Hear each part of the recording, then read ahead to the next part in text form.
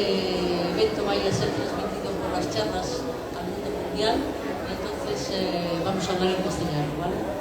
Entonces me presento, soy Otilia Carvalla, terapeuta morfoanalista,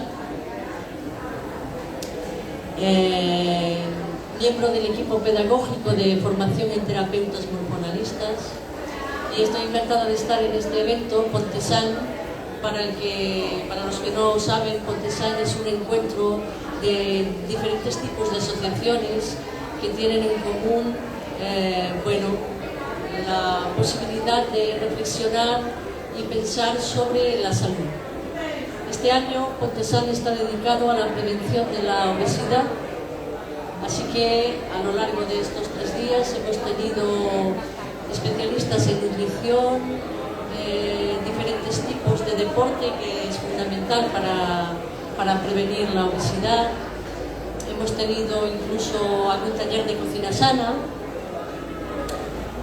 pero desde la Asociación Española de Terapeutas Morfoanalistas queremos poner encima de la mesa otros aspectos que pueden estar relacionados con la manera que tenemos de alimentarnos.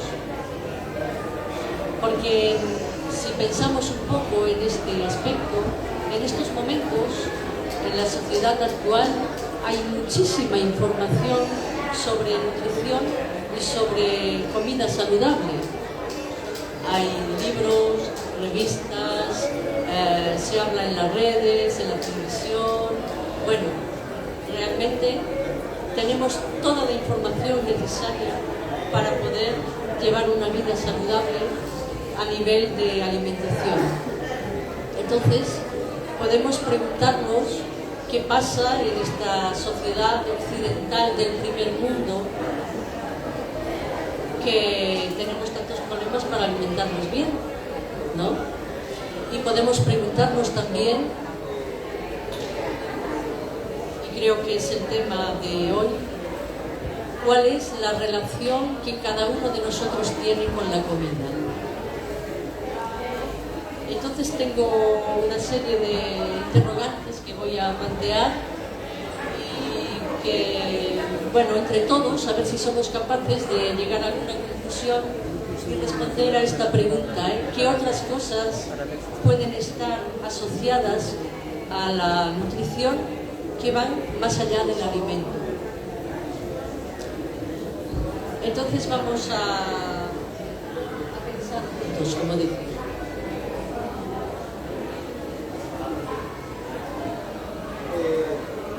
Una pregunta aparentemente inofensiva. ¿Para qué como? ¿Para qué comemos? ¿Para vivir? ¿Qué más? ¿Para disfrutar? ¿Para satisfacer? ¿Sí? Por ansiedad.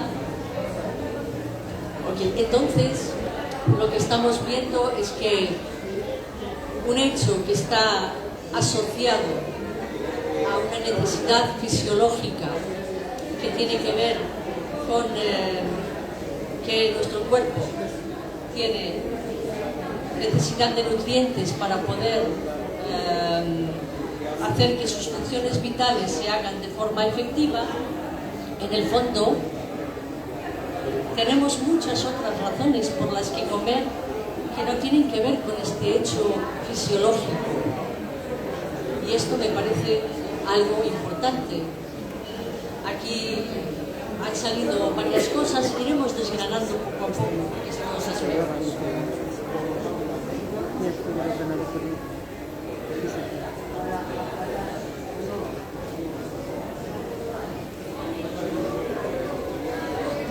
Es muy interesante esto, para aplacar el dolor. Esto también puede ser otra razón para comer.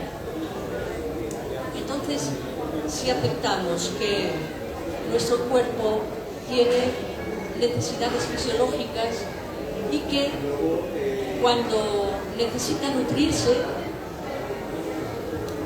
tenemos un chivato que nos da señales y aparecen las sensaciones de hambre, ¿no? Entonces, ¿cuáles son estas sensaciones de hambre? Podemos pensarlo juntos también y pensar si estas sensaciones de hambre son iguales para todo el mundo.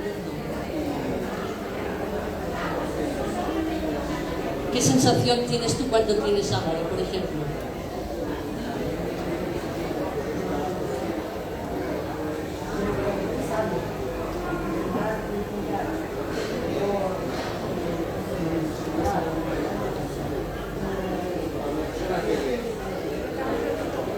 Otras sensaciones de hambre.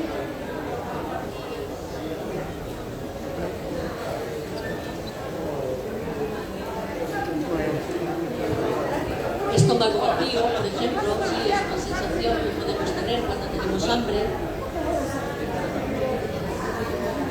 Ruidos estomacales, efectivamente. Debilidad, efectivamente. Sí. Bueno, pienso que es un buen ejemplo de que efectivamente cuando el cuerpo tiene hambre produce una serie de sensaciones que vemos que son muy variadas y que son diferentes para cada persona. Entonces podemos preguntarnos, estas sensaciones que estamos viendo, que parecen hambre, pero podrían ser algo diferente al hambre. Bueno, hemos visto que ya hay algunas respuestas. Ansiedad, vacío, ¿sí? Dolor.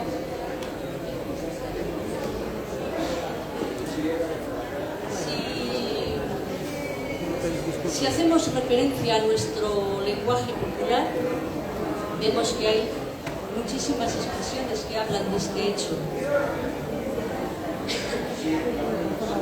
Por ejemplo, si tenemos un nudo en el estómago cuando estamos preocupados,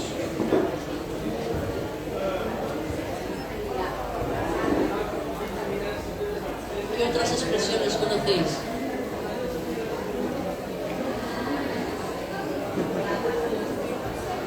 Se me revuelven las tripas cuando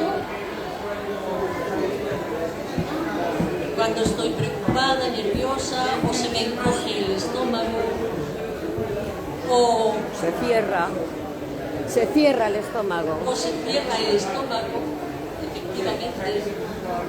Entonces, lo que podemos ver es que todo este tipo de sensaciones que parecen hambre, pero que vemos que no son exactamente hambre, cada persona las gestiona de una forma diferente. Y entonces hay personas que para mitigar estas sensaciones, que pueden ser muy desagradables, incluso pueden ser dolorosas, necesitan comer. Y hay otras personas que por lo mismo se les cierra el estómago. Cada persona gestiona este tipo de sensaciones de una forma diferente, y esto también es importante tenerlo presente. Cada uno de nosotros debe de tenerlo presente para conocer cómo funciona nuestro organismo.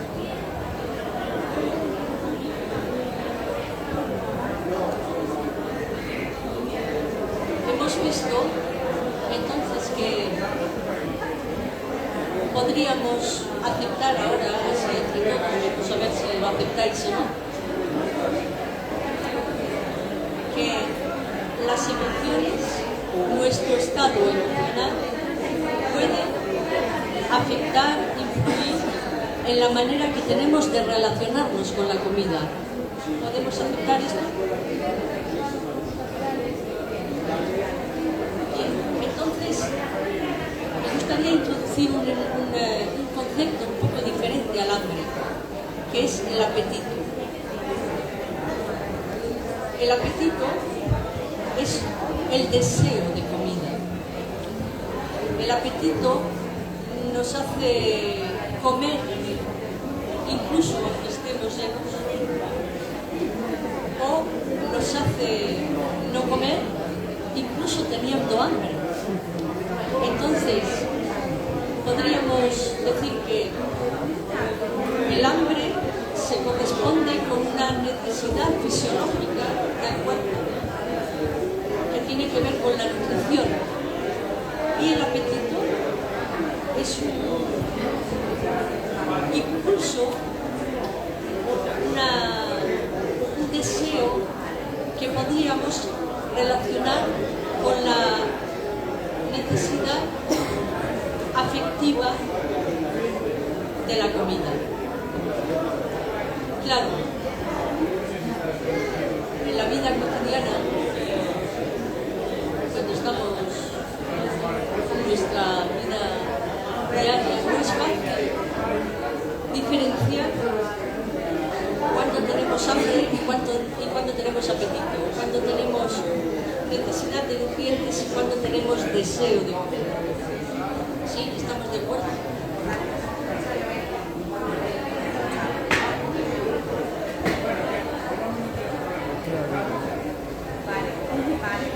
Pero vamos a imaginar que tenemos un conocimiento bueno de nosotros mismos y que sabemos diferenciar entre cuando tenemos hambre y cuando tenemos apetito. Entonces,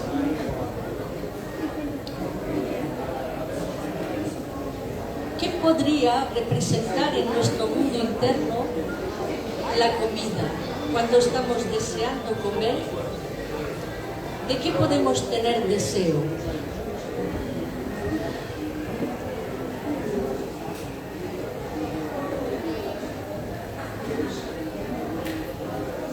Tiene razón. Normalmente no lo sabemos. Esa es la realidad. Esa es la realidad. Y es una de las dificultades justamente que nos encontramos cuando tenemos que afrontar nuestra relación con la comida, ¿no? Y entonces, para entender un poco mejor esto, tal vez tendríamos que ir al origen. Tendríamos que entender cómo se desarrolla el aparato psicoemocional del ser humano. Es importante entender esto y voy a intentar explicarlo de una manera muy sencilla. Entonces, las primeras experiencias afectivas que recibe el ser humano las recibe en su cuerpo. ¿Cómo? ¿Cuándo? ¿En qué momentos? Cuando mama, cuando los cambian. Bueno, están diciendo, cuando el bebé es cuidado, mecido, sostenido, recibe estos primeros cuidados que están llenos de alimento afectivo. El primer órgano de nuestro cuerpo que recibe este primer alimento afectivo, ¿cuál es?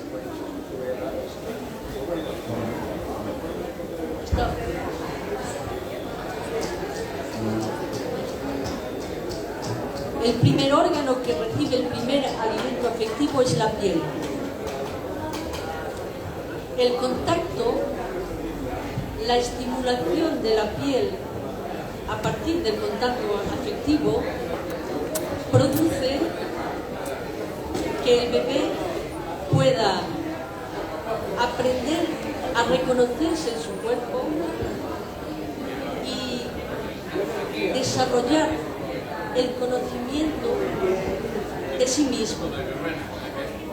Y es a través del contacto corporal en la piel que el bebé puede construirse y más tarde tener una conciencia de sí mismo que cuando nace no tiene.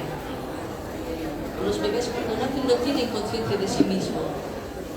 Tienen sensaciones difusas y si no los tocamos, si no estimulamos su piel con el contacto afectivo, no hay una construcción de su cuerpo y por tanto, esto es importante, no hay una construcción del aparato psicoemocional.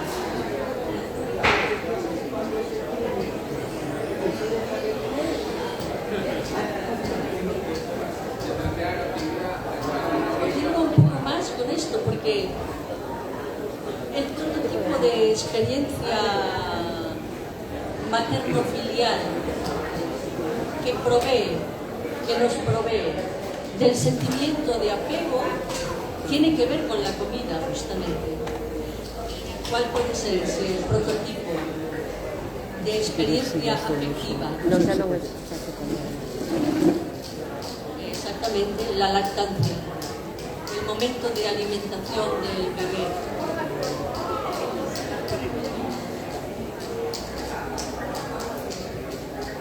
Es interesante porque cuando estamos alimentando al bebé, sea con el pecho o con el biberón o de la manera que sea, no estamos alimentando, no estamos solo nutriendo su cuerpo, estamos alimentando sus necesidades afectivas. Y hay un concepto que acabo de nombrar, que es el concepto de apego, que es un concepto que ahora se utiliza mucho, pero que en realidad hace mucho tiempo que fue definido. En el año 1951 el doctor Mowgli hizo un estudio muy interesante que está publicado y podéis leer en las redes. Hizo un estudio para la Organización Mundial de la Salud basado en la observación de bebés en orfanatos. Y bueno, entre otras muchas cosas, definió el concepto de apego. Lo leo para que os quedéis bien con él, es un concepto bien importante. Dice, el impulso de apego es un vínculo de afecto que responde a una necesidad primaria y que va a ser de importancia capital para desarrollar la capacidad adaptativa de cada ser humano. Estamos hablando de algo fundamental. Bueno, esto fue en el año 1951. Venimos más a nuestra época. Nos encontramos con un estudio, con un libro maravilloso que se llama El reino de los fantasmas hambrientos, del doctor Gabor Maté. El doctor Gabor Maté explica en este libro que los bebés que tienen dificultades en las relaciones de apego no van a desarrollar el mismo ambiente bioquímico en sus cerebros que aquellos bebés que están inmersos en un entorno relacional empático.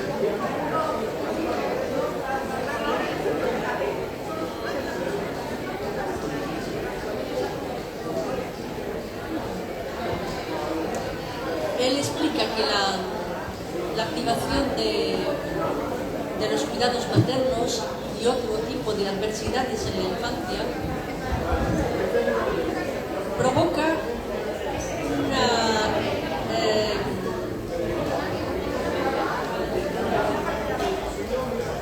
un aumento crónico de la hormona del estrés y consecuentemente al mismo tiempo disminuye la capacidad de producir las hormonas, las endorfinas y la dopamina, que son las hormonas que tienen que ver con el bienestar, la felicidad, el amor, la tranquilidad. Entonces,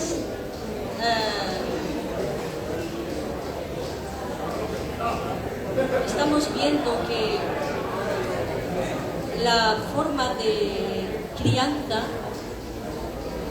las cuestiones que han podido quedar mal desarrolladas en nuestra primera infancia pueden tener una relación directa con nuestra manera de alimentarnos.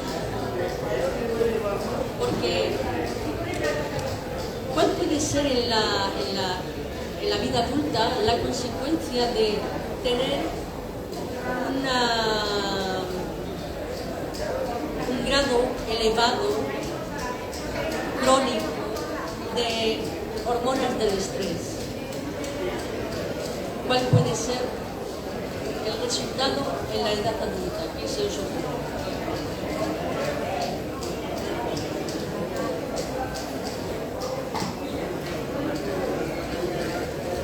No se os ocurre. Bueno, lo que decía, porque hay otra cosa que me acabo de acordar ahora. Cuando no tenemos capacidad de producir la dopamina y las endorfinas, estamos perdiendo algo importantísimo, que es el anestésico natural que nos ayuda a poder convivir con los embates de la vida. La pérdida de este anestésico natural tiene también consecuencias en nuestra vida adulta. Entonces, la pregunta, ¿cuál pueden ser estas consecuencias? Lo que decía este doctor es que los bebés que tienen este tipo de hablar, no voy a repetirlas, devienen en adultos con mayor tendencia a tener comportamientos de dependencia. Y cuando hablamos de dependencia, no hablamos solo de las drogas, del alcohol, del juego. Hablamos también de otro tipo de comportamientos más aceptados socialmente, como por ejemplo las compras, las relaciones humanas o el tema de hoy, la comida. Y lo que sucede en realidad es que intentamos buscar una compensación a este desequilibrio que ha quedado en nuestro mundo interno en cosas externas, en objetos, en comportamientos que nos dan una sensación de tranquilidad, de bienestar momentáneo, pero que en realidad no satisfacen la necesidad primaria. El doctor Gabor Maté lo explicaba con una frase que me parece muy potente y os la voy a leer tal cual, si la encuentro. Dice así: aquellos que existen en el reino de los fantasmas hambrientos siempre buscan alivio en sustancias, objetos y comportamientos que esperan que los satisfagan. Condenados a permanecer hambrientos, los adictos buscan constantemente porque no saben lo que realmente necesitan. Bueno, entonces llegamos al punto que yo creo que explica bastante uno de los aspectos que veníamos a tratar aquí, que es qué otras cosas pueden estar relacionadas con nuestra manera de comer más allá de la nutrición.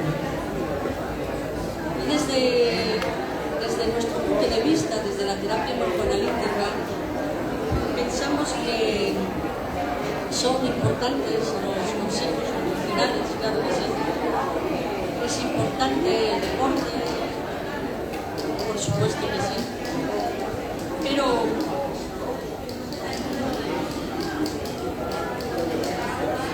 es más importante entender que las dificultades con la manera de relacionarnos son un síntoma. Y son un síntoma que no siempre tiene que ver con la buena o la mala alimentación. Entonces pensamos que es importante tratar las causas que nos llevan a estar dependientes de la comida, que nos llevan a tener un apetito voraz, que nos llevan a no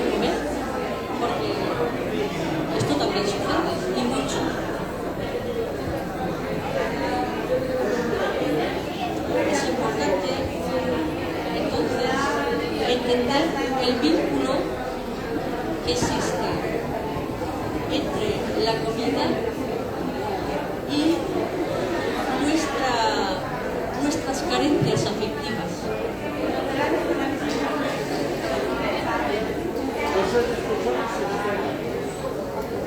Antes hablaba alguien del vacío,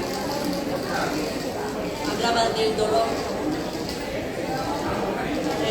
de la ansiedad, y pocas veces nos damos cuenta de que vivir con vacío, vivir con ansiedad, vivir con insatisfacción es algo muy doloroso y difícil de convivir con esas sensaciones, con estos sentimientos. Entonces necesitamos entender bien este proceso para poder tratarlo en su justa medida.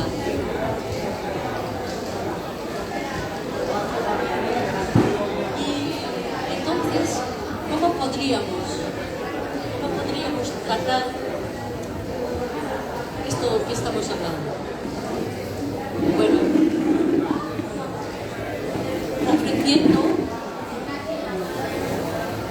vías naturales de alimentación. Vías naturales de alimentación afectiva. ¿Cómo?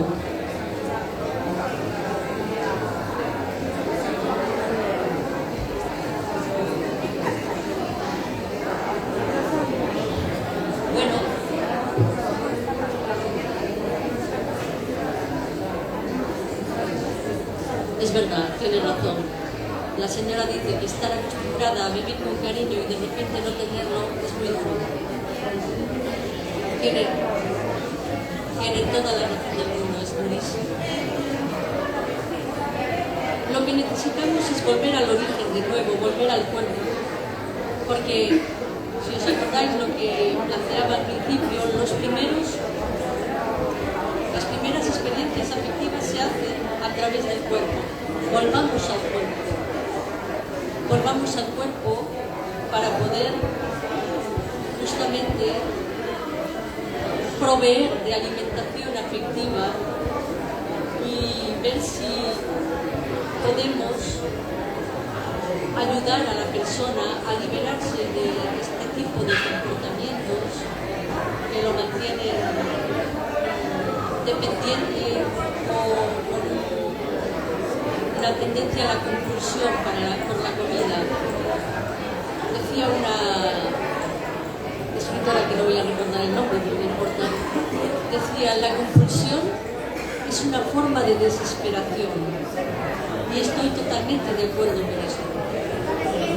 Entonces, necesitamos ir a las causas de lo que está sucediendo en el mundo interno de la persona para poder tratar un problema, cualquier tipo de problema que esté asociado a la alimentación.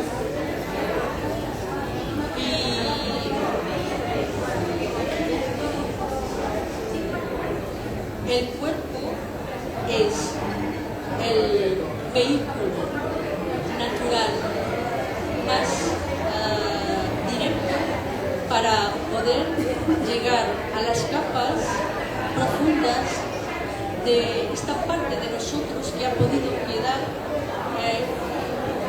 carente en la infancia y que necesita volver a retomar su proceso de desarrollo allí donde haya sido que ha quedado paralizado.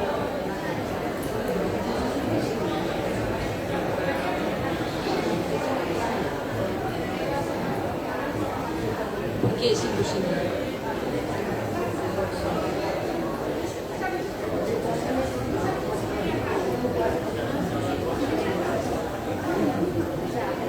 Porque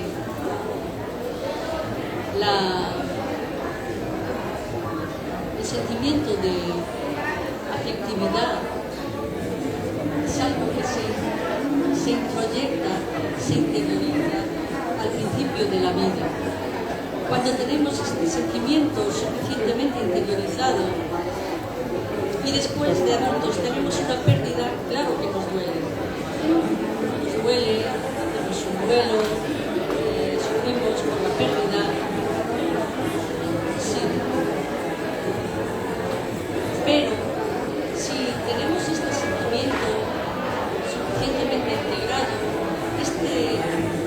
este embate de la vida, podemos atravesarlo, podemos superarlo. Claro, si este sentimiento no está suficientemente interiorizado, podemos caer en situaciones muy complicadas y que hay que tratar. No hay otra manera más que tratarlo. Manda huevos, Esto es una...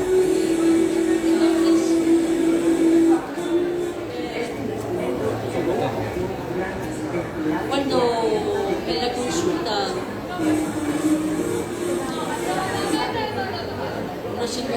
nos encontramos con cuerpos, con personas que nos hablan de estas dificultades y no con palabras. El cuerpo cuenta su historia. De estas dificultades con la manera de relacionarse con la comida, yo siempre pienso que hay muchos interrogantes que quedan por responder. Y algunos, como por ejemplo, ¿cuál es la función que tiene, por ejemplo, un engrosamiento, que tiene una hinchazón, que tiene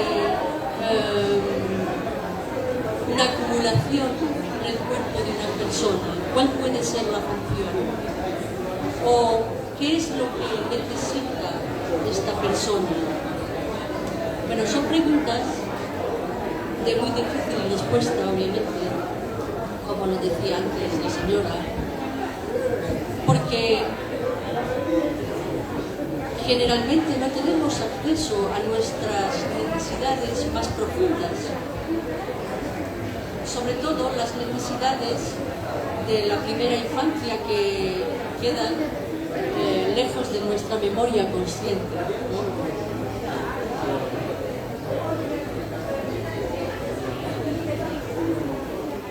Pero afortunadamente los seres humanos tenemos otro tipo de memoria.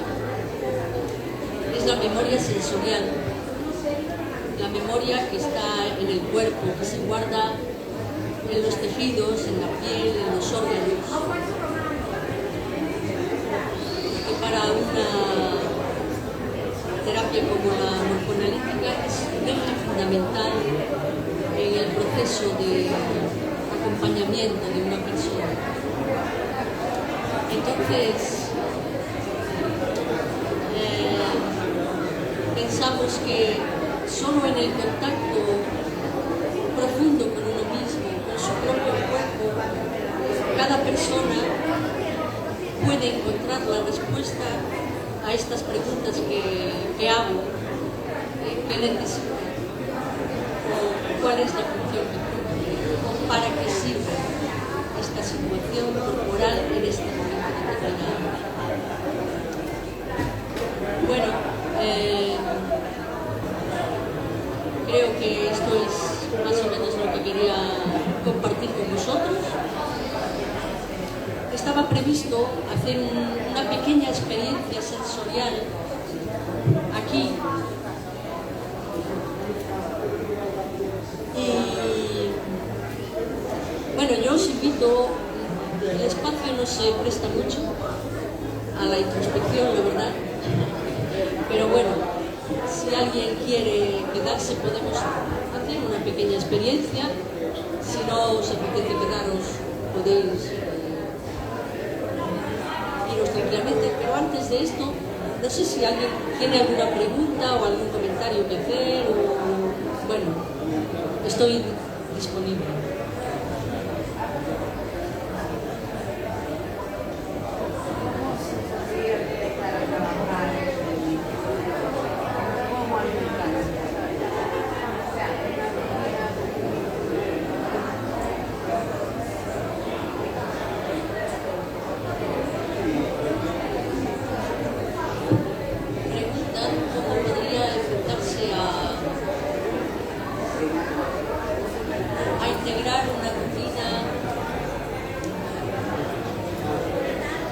yo tengo que decir que desde nuestro punto de vista, la persona cuando va trabajando, conociéndose, va encontrando su propia manera de relacionarse con la comida y que las recetas, los buenos consejos, es que esto lo recibe la gente por todas partes y no funciona. ¿Cuántas personas conocéis que están a dieta eternamente? Están a dieta eternamente y a lo mejor funciona en un momento determinado, pero es lo que estábamos hablando.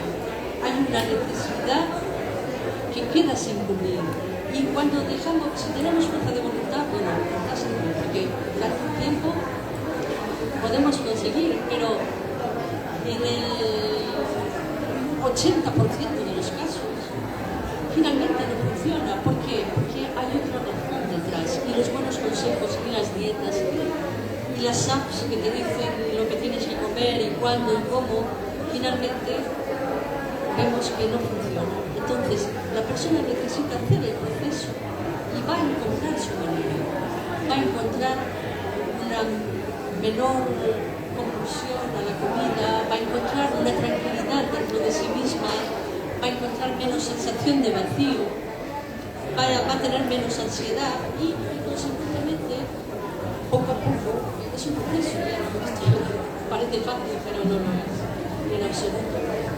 Y poco a poco entonces la persona va encontrando una manera diferente de relacionarse con la comida y cada persona va a encontrarlo a su ritmo y a su manera. No sé si te respondo.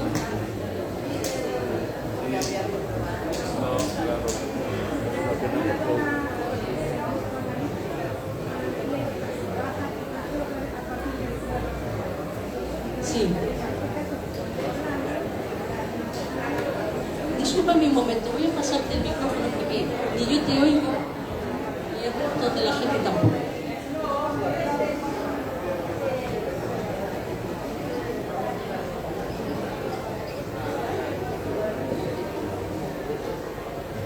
A ver si me aclaro con la pregunta.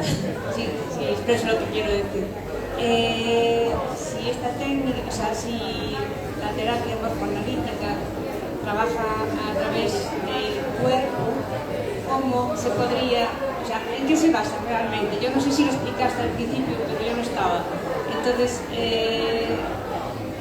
por darnos una idea de cómo, por dónde partir.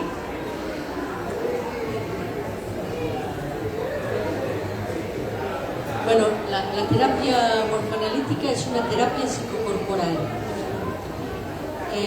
Esto significa varias cosas. Voy a ir por los más simples. Significa que entendemos que el ser humano es una unidad cuerpo-mente. Y en el caso de la terapia morfoanalítica, el elemento de trabajo fundamental es el cuerpo. Es decir, trabajamos el cuerpo, pero no lo trabajamos como en otro tipo de metodologías corporales, como la fisioterapia o la osteopatía o el masaje.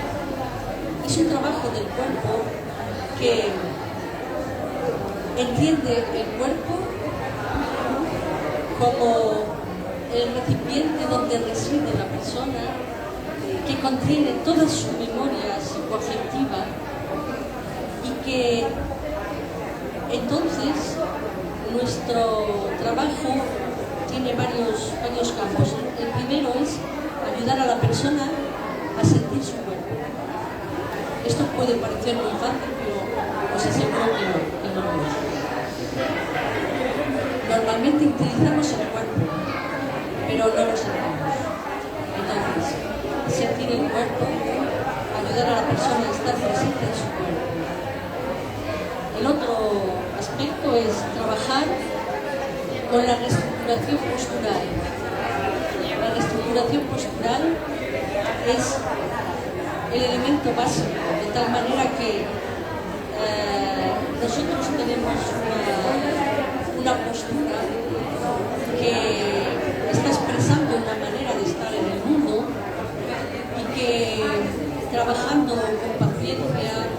con delicadeza, con contacto empático, vamos a ayudar a la persona a transformar. Pero es muy importante que sea de acuerdo con la persona.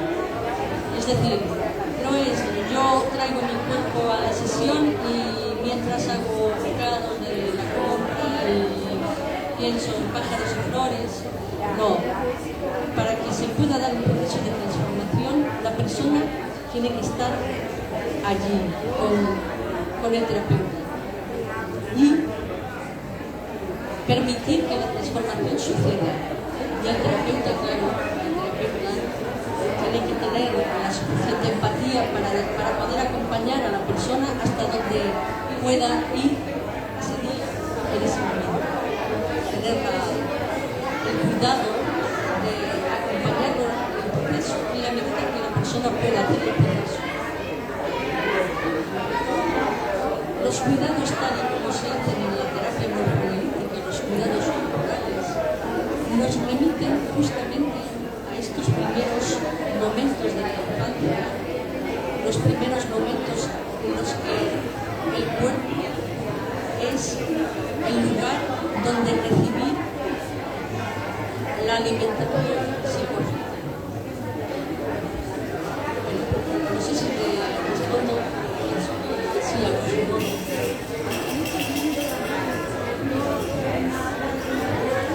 No sé si hay alguna otra pregunta.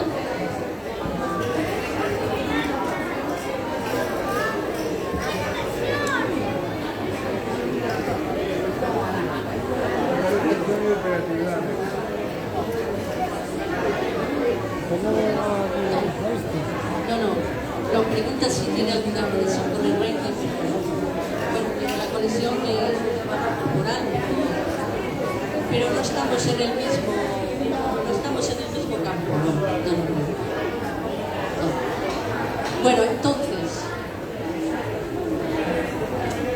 este es un tema muy complejo. Y antes de cerrar, aún me gustaría proponer algunos elementos de reflexión que creo que son importantes. En la entrada hay una esta, creo que es de Sergas, me parece, que tiene una cinta métrica para valorar si estás más o menos obeso. Y yo me pregunto si esta forma de estandarizar los cuerpos de las personas es algo saludable. Si estandarizar, si pretender que cada persona tiene que ser igual a la otra, que cada forma corporal que recibe de sus antepasados, de su raza, de su... Si tenemos que estar todos homogeneizados, me pregunto si esto es sano para una buena salud alimentaria. Os lanzo la pregunta para que podáis reflexionar.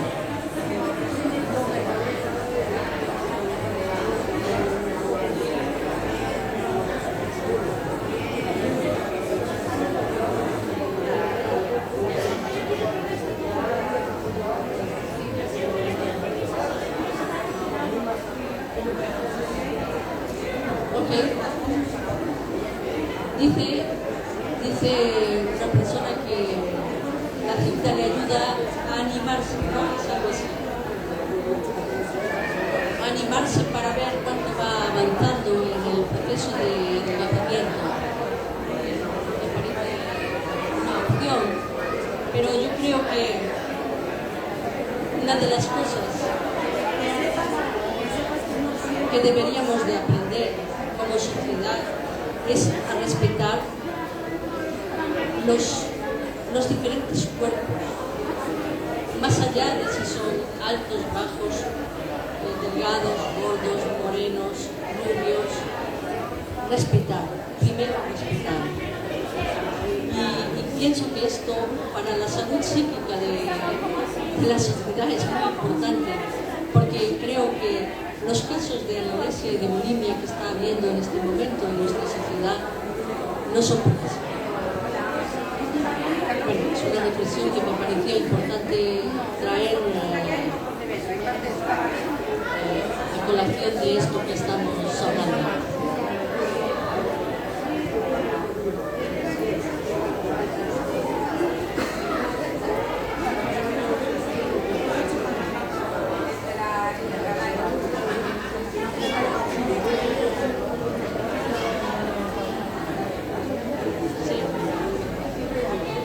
Efectivamente, hay otra persona que...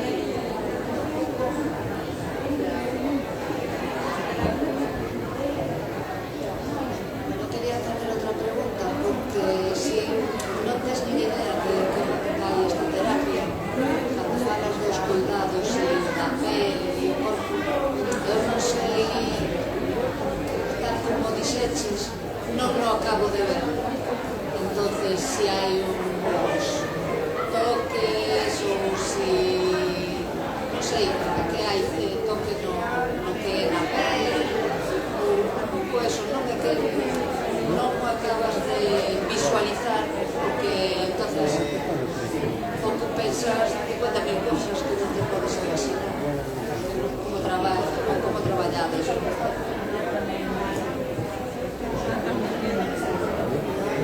Gracias, porque a veces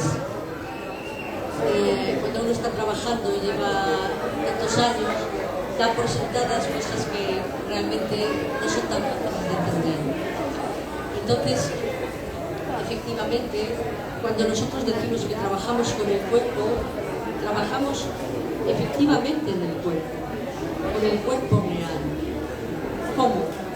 Bueno, lo que decía antes, el trabajo de reajuste postural que consiste en el estiramiento continuado de todas las cadenas musculares a la vez. Trabajamos con diferentes tipos de técnicas de masaje, con diferentes tipos de técnicas de estiramiento. Todo esto se hace en el cuerpo real. Pero insisto que lo más importante no es la técnica. Lo más importante es la relación que se establece entre el paciente y el terapeuta, la relación de confianza, la relación en la que yo puedo acompañarte también en el cuerpo, respetando tu ritmo, respetando hasta dónde puedes llegar, y la relación de afectividad. El toque empático está lleno de amor, esa palabra que nos da tanto miedo pronunciar, pero es así. El toque, para que sea terapéutico, necesita ser empático y necesita estar impregnado de amor, y es el amor que nace de forma natural, no es una cosa inventada, nace de forma natural en la relación terapéutica. Es algo que puede parecer una cosa muy extraña, pero no es extraño, es lo que sucede de forma natural. No sé si ahora...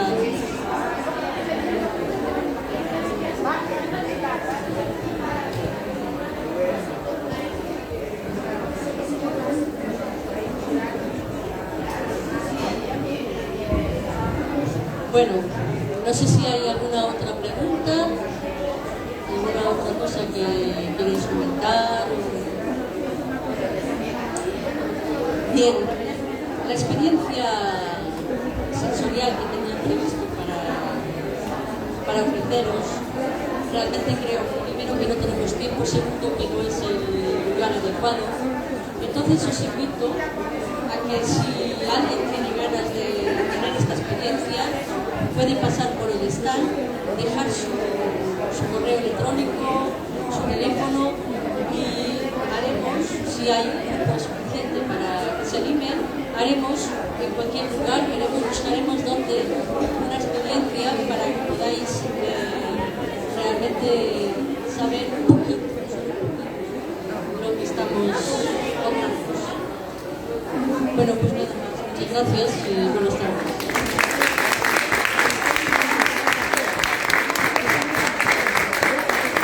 interesante.